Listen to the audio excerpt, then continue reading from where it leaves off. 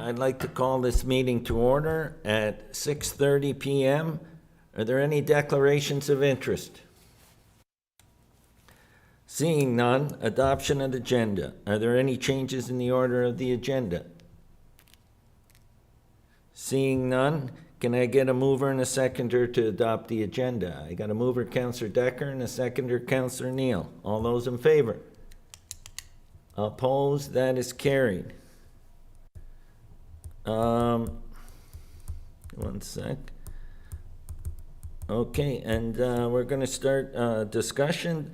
I have to read this out, provided by the clerk. I understand there's a desire to have a fulsome discussion on this matter in consideration of council's response to the province. The procedural bylaw states no member without leave of council shall speak on an issue for more than 5 minutes cumulative. If council wishes to allow for a more open discussion, I will need a mover and a seconder to give members to exceed the 5-minute time limit. Can I get a mover and a seconder to do that in case we run into that? I got a mover, Councillor Neal, and a seconder, Councillor Hanley. All those in favor? Opposed? That is carried. Okay.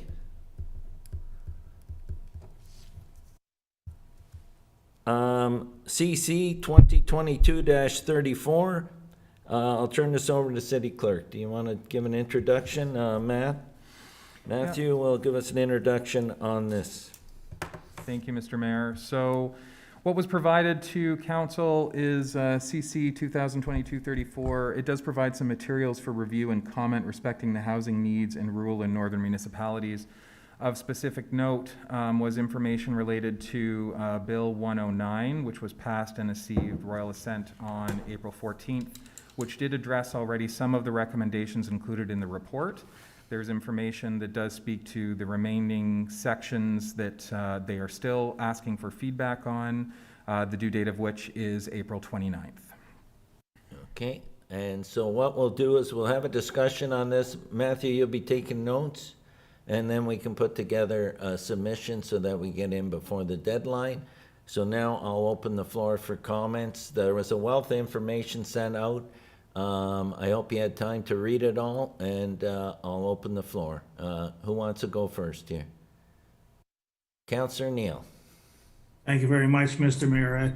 As I brought this forward at the last council meeting, to have a good discussion on this. Unfortunately, the provincial government has this already enacted for the most part. We could have gone earlier to make submissions, but we weren't availed of it. We didn't realize the impact of this particular information package from the provincial government. And as you can see, if you've read the report now, it doesn't allow council to make any kind of decisions or even talk about it. It comes to the planning department, and the planning department takes a look at it, makes recommendation as far as planning is concerned, and the city council does not get involved in the details and decision-making process. So I thought, let's make sure that the province knows where we would like to see it happen, because I think we need to do something with putting a program together as far as city council and our official plan and our zoning bylaws, and that to bring them up to where we feel that we do have a say in it. And I did say my piece the other night, and I'm against this all the way. And AMO, our provincial body, was not invited to the table to make comment one way or the other. So this whole thing was rammed down as far as I'm concerned, was rammed down our faces as far as the city is concerned. As you know, if you've read through it, the developer now can come forward, build up, Kingston, as I mentioned the other night, they were dealing with a 16-story building next to a residential neighborhood. And that's just the first of an example of what's going to happen. Our neighborhoods are going to be, developers will buy 1 or 2 pieces of property in a single family neighborhood and will tear down those particular buildings and build a 6, 8, 10-story building. And not that we don't need affordable housing, but what their definition of affordable housing is not my definition of affordable housing, Mr. Mayor. We already have 3 places in St. Catharines that affordable housing has been agreed to on Oakdale Avenue and on Geneva Street and on the downtown area, which is already being built by Bethlehem Place as affordable housing. And that's my definition of affordable housing, is approximately 50% affordable and 50% market value. And that's what our particular nonprofit housing is going through right at this present moment. They're dealing with it as we speak. And that is a criteria that they have for affordable housing. So I think I'll wait and make some more comments later and allow other councilors to speak. Thank you, Councillor Neal. Who wants to go next? Go ahead, Councillor DeRose. Through you, Mr. Mayor, thank you. I have to concur with Councillor Neal 110%. He's bang on. And just to sum up, so we're not repetitive, looking through the Township of Mulmer's motion, they hit every point that I'm concerned about there. They've got 6 points in their letter. If you look at the last attachment, the last part of our attachments for this,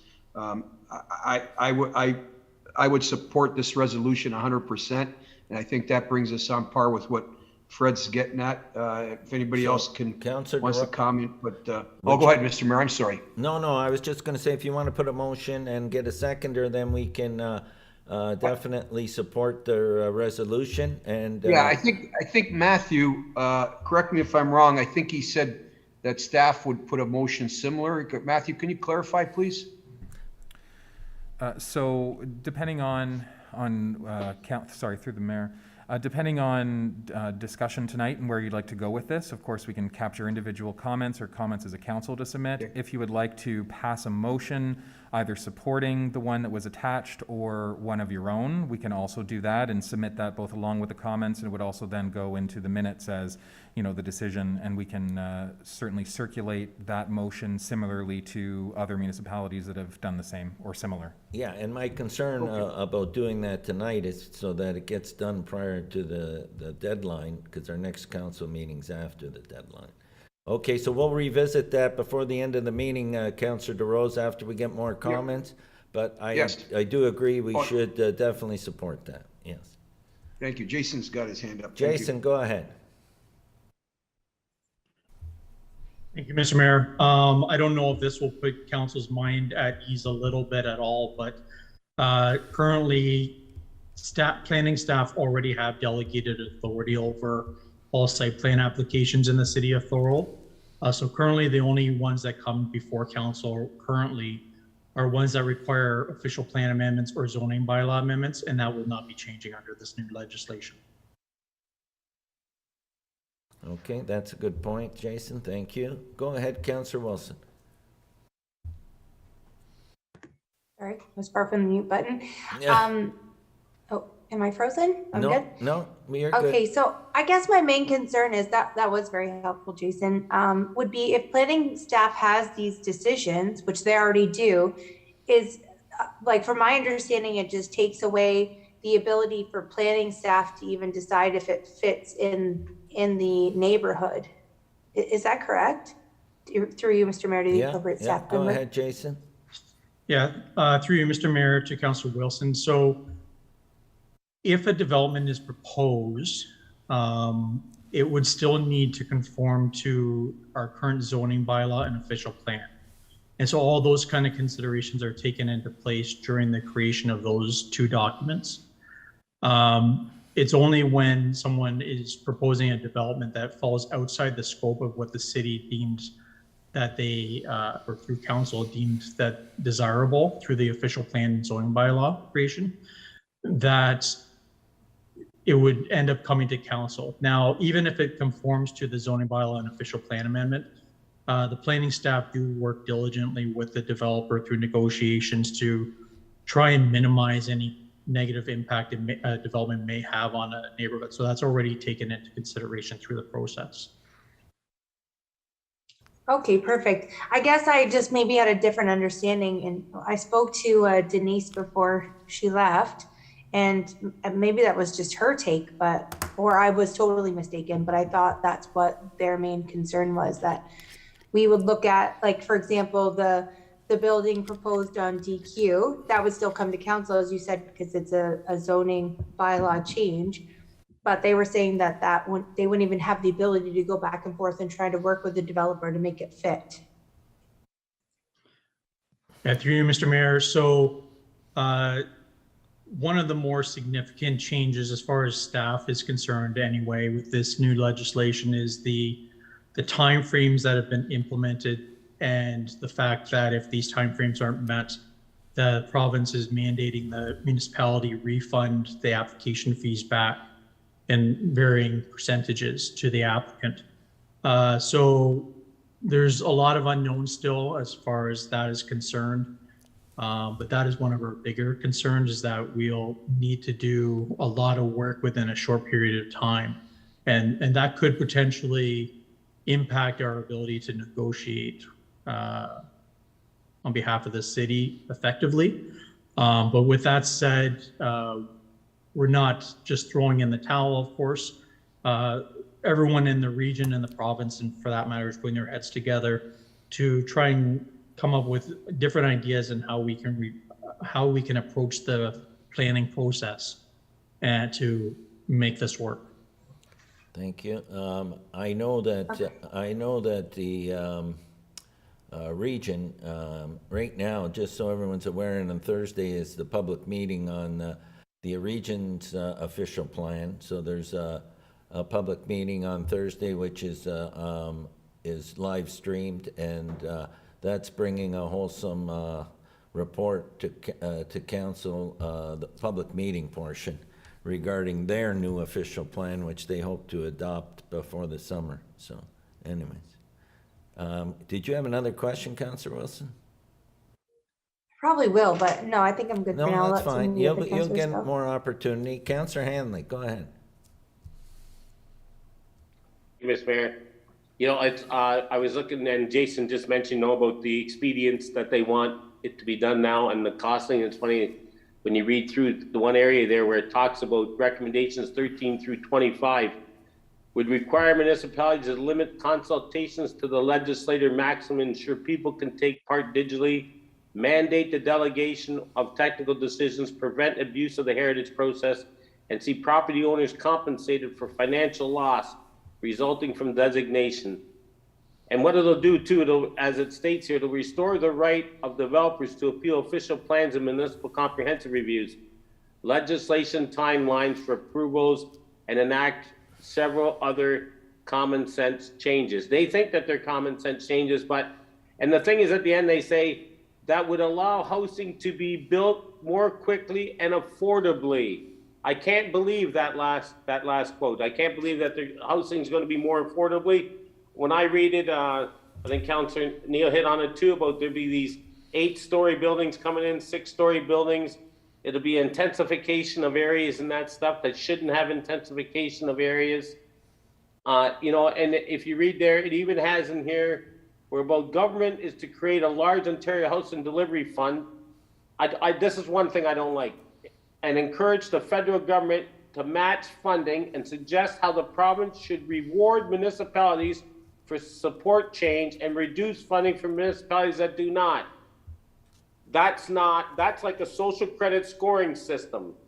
You know, you can't pit one municipality against the other. Municipalities may be suffering financially and may not have the tax base that other municipalities do and can't afford these type of changes.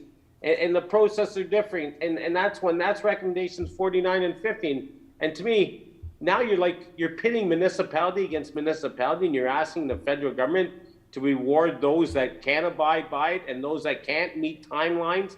Like Jason Simpson said, this is what it may come down to. If you can't meet the timelines and you can't deliver the model that the province is expecting you to deliver, and especially when we had a 26% growth, you know, and the work that's had here at City Hall, we could be penalized when I read this here for that. we could be pitted against a municipality who has the capability to keep up and it has getting it done.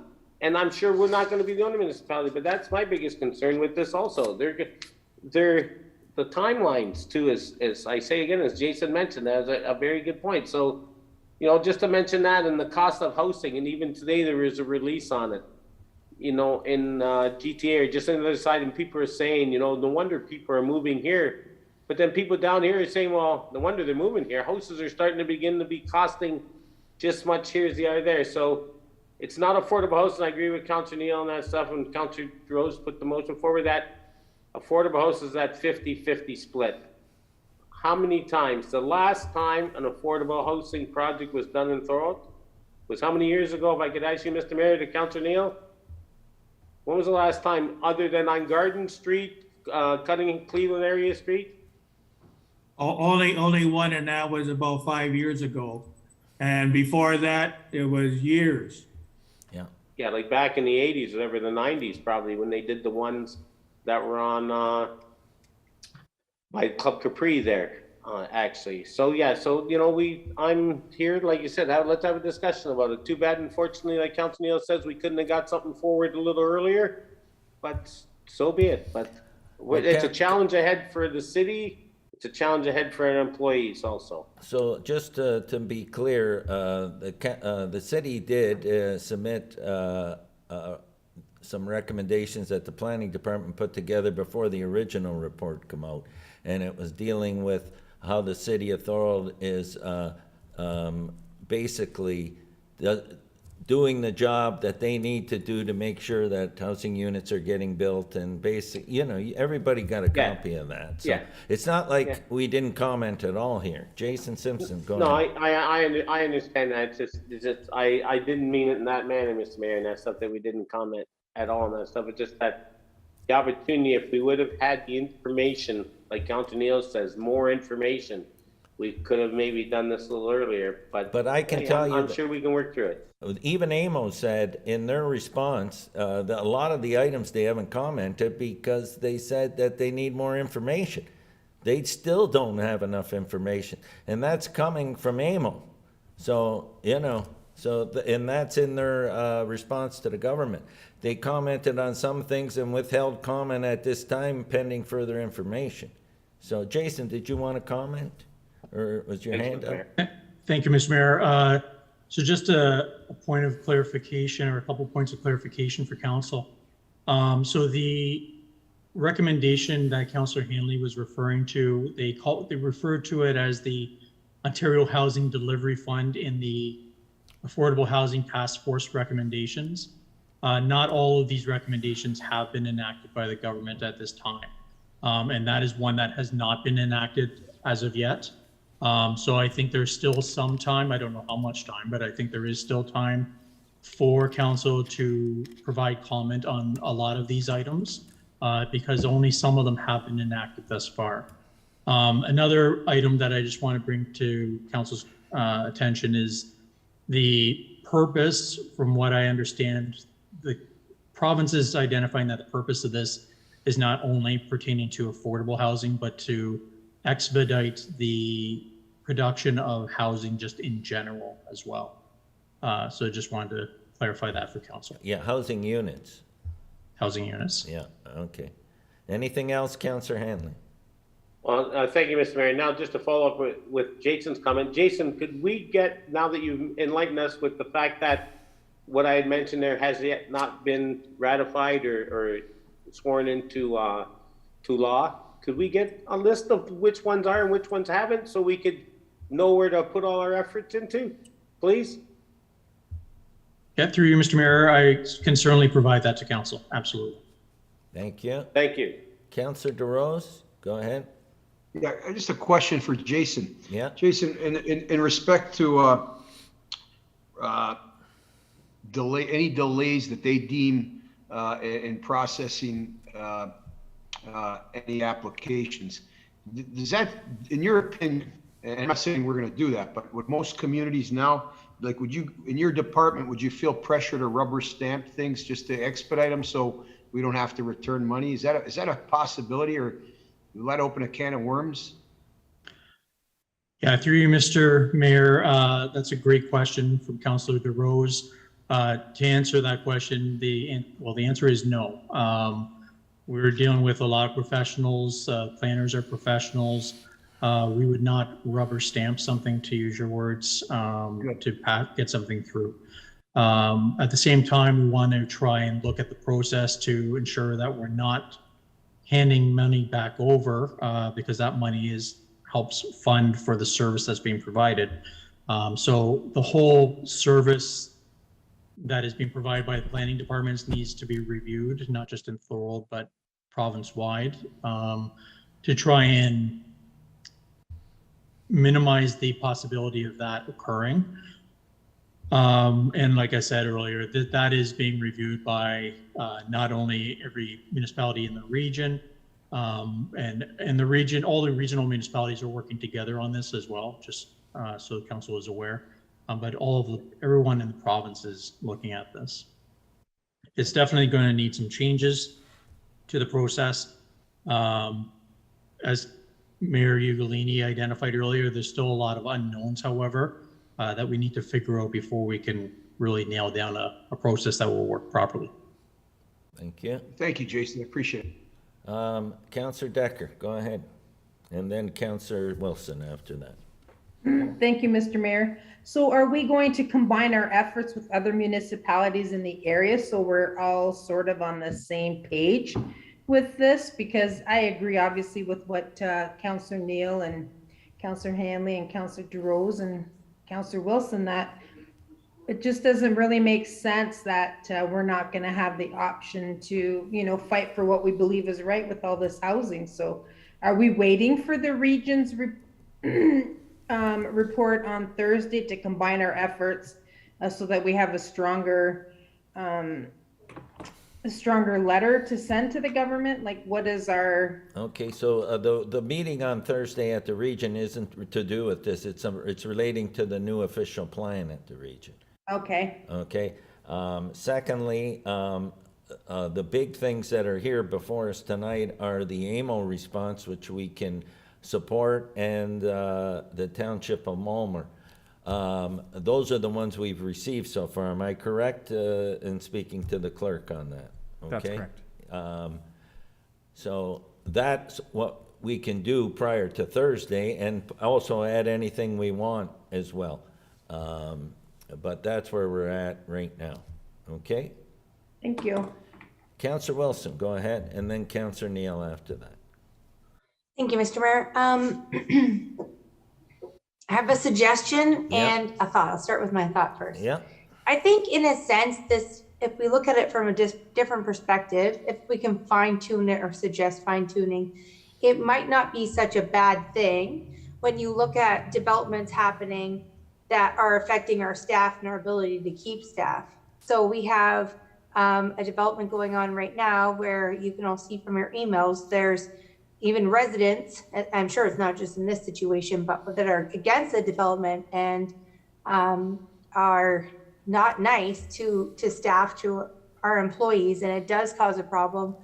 Why would you want to stay in a job where people are contacting you all the time by email or phone and being treated that way? Nobody deserves to be treated that way when they're trying to do their job. So I think this might solve some of those problems, unless they can still do that. I'm not sure. But my other thought was, and I don't know how we would suggest this, but in regards to the only having a certain amount of timeline to pass to say yes or no to the development, right? But what if we suggested they looked at the overall growth of the city, the size of the city, and the size of their department? Because we all know there's a shortage of planning staff in this area in Ontario, I believe.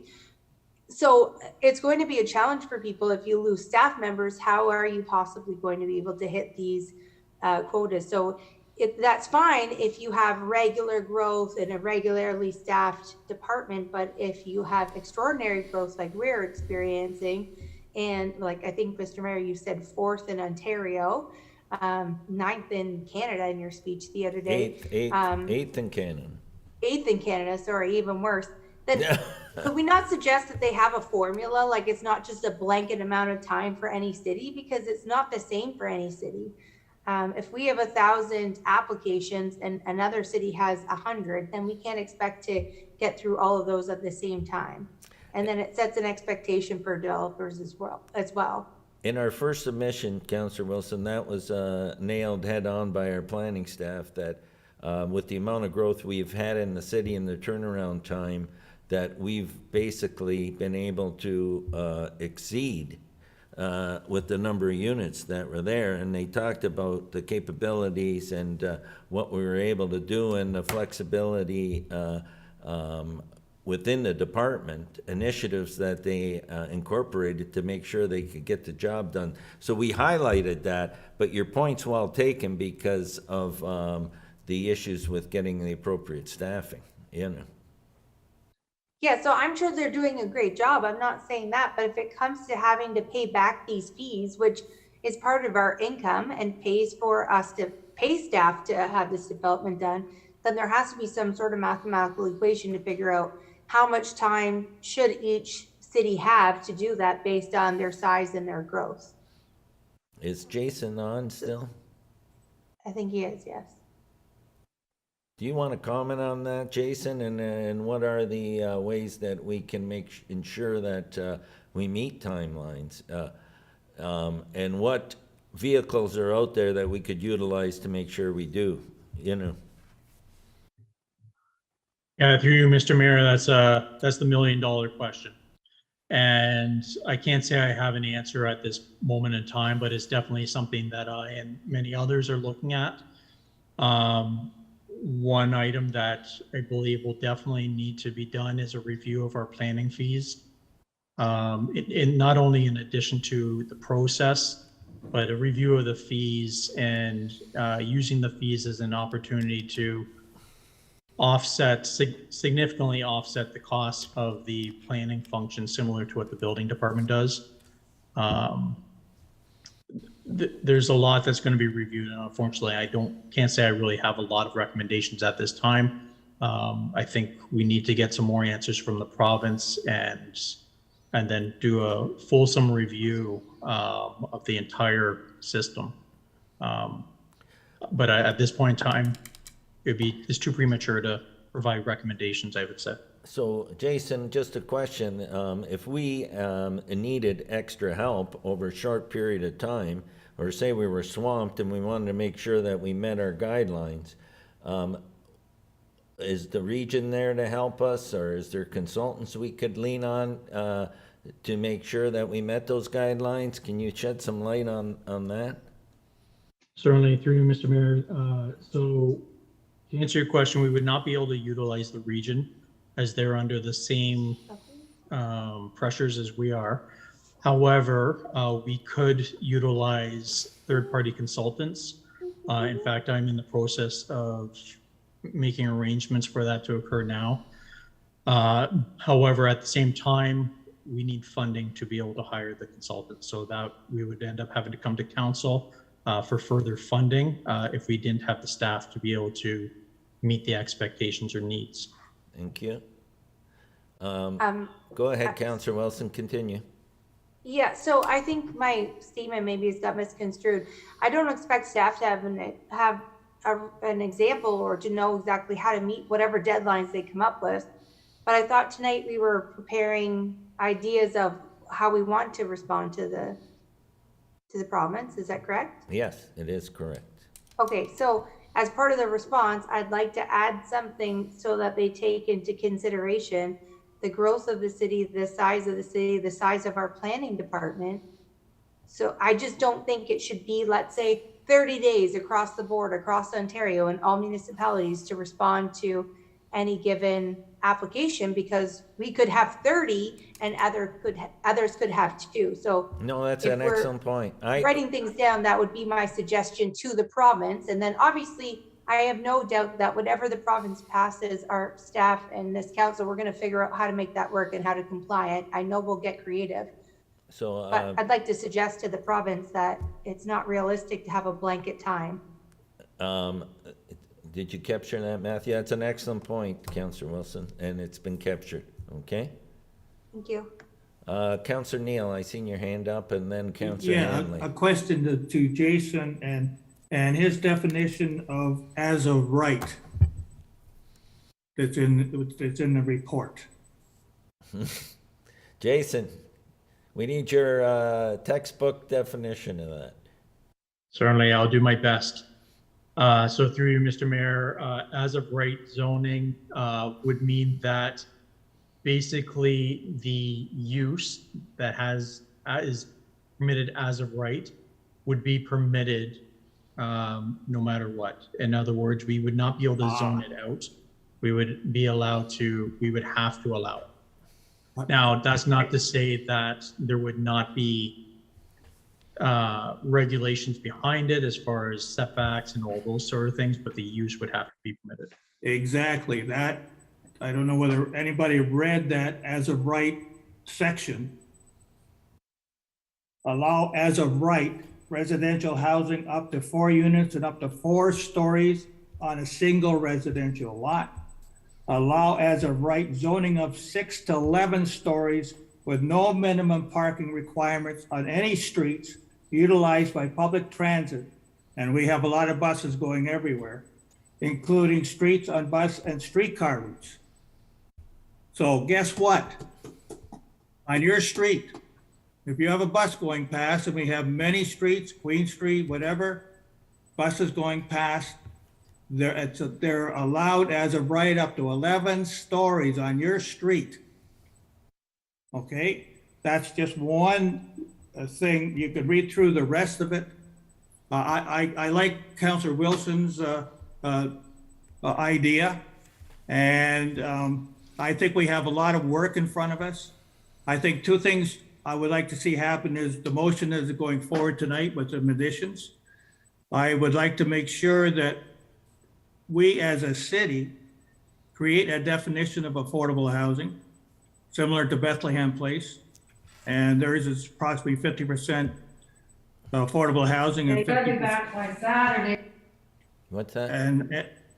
And we already, St. Catharines has already gone through this. If you don't know it, it was in the newspaper in March. They got $1 million from the provincial government to go through this. And I'm sure they have a planning process in place, which we could not mimic, but maybe look at to see how we can incorporate their particular process into our process.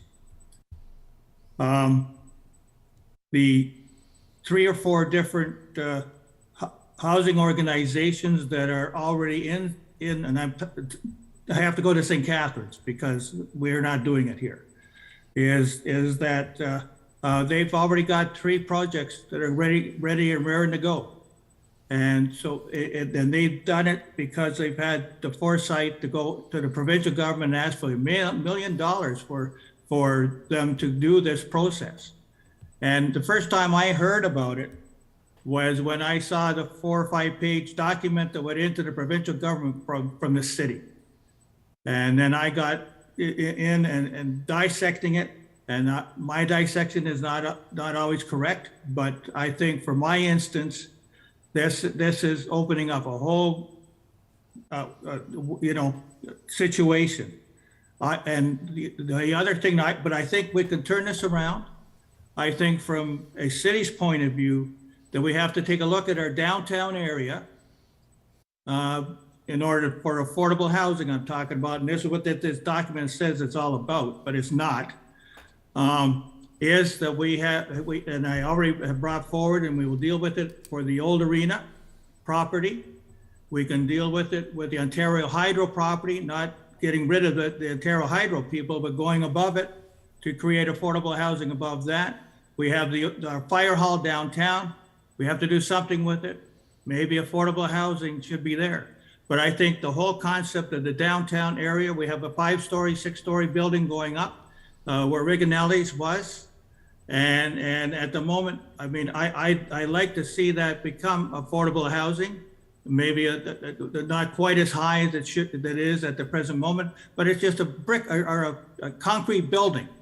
And if you look at the front of it, it's just a wall. I mean, we have to have some rules and regulations.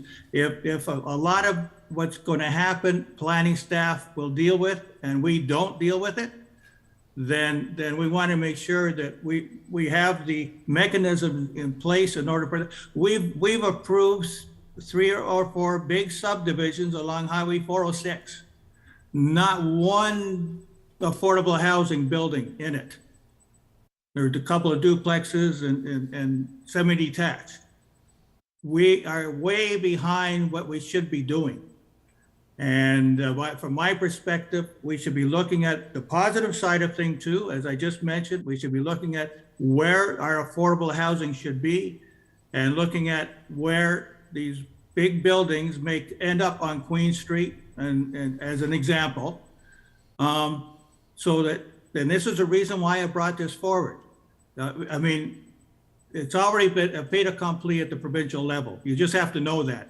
Never mind, there might be 2 or 3 things that they haven't decided on yet, but they really have. If you know the Ford government at all, it is, and so we need to take a look at this from a perspective, a planning perspective.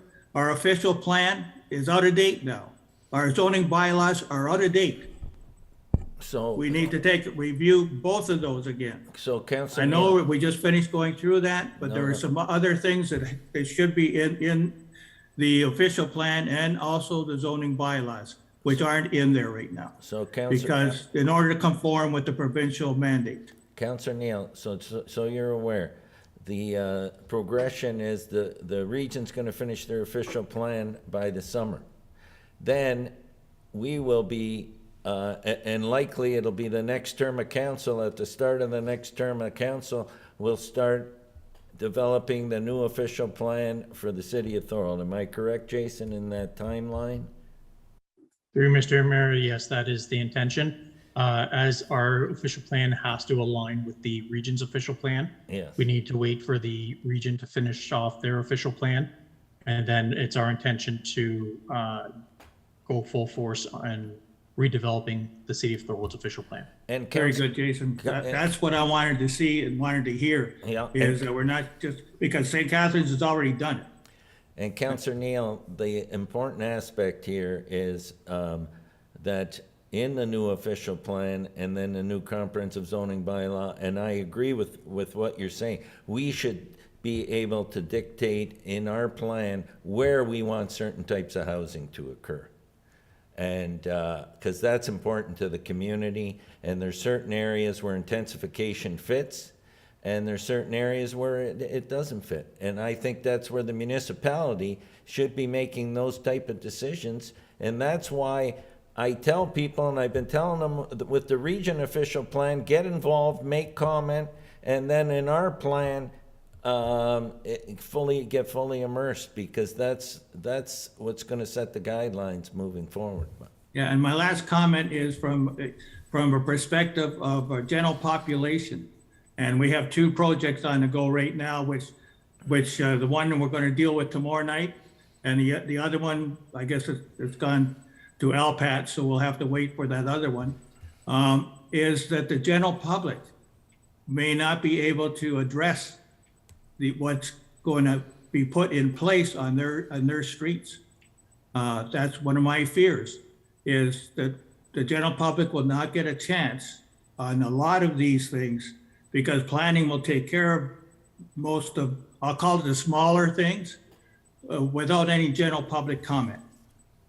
So anyways, I'd like to put, after this motion is dealt with, is put another motion forward, just so that staff can start the process of, as you mentioned, Mr. Mayor, going through the official plan and the zoning bylaws and everything else to go along with it, so that we are prepared to move forward. Thank you. And who else wanted to speak now? Who else had their hands up? Okay, seeing no more. Okay, go ahead, Councillor Wilson. Sorry, it was just a question, Mr. Yeah, Mayor. yeah. Just for clarification, that even changing the official plan or the bylaws, if they have this one zone, I guess I'm just confused. Does it even matter what you change it to if they can put whatever they want on there anyways. Well, that's, is Jason on? Because I still think that there's, we have certain authorities on what we can do. Go ahead, Jason. Thank you, Mr. Mayor. So the as-of-right zoning has not been passed by the province at this point in time. So should that pass in the future, then that would kind of, for lack of a better term, tie our hands so that we would have to include certain types of developments within the official plan and the zoning bylaw. But just as we've seen with these newer amendments that just came into place, there are a lot of questions, there are a lot of unknowns. So even with the as of right zoning, there may be regulations behind that that the municipality could use to their benefit.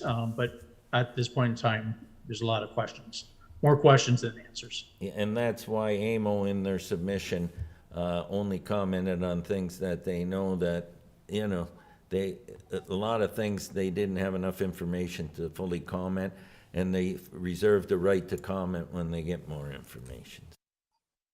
I see.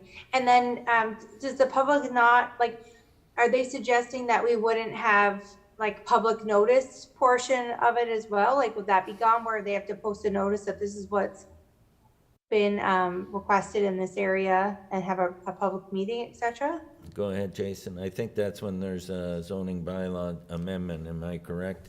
That's, if it conforms with the zoning, that's not required. Am I right, Jason? Through Mr. Mayor, that is correct. That process is the same as now. Yeah. Okay, perfect. Okay, thank you. Okay.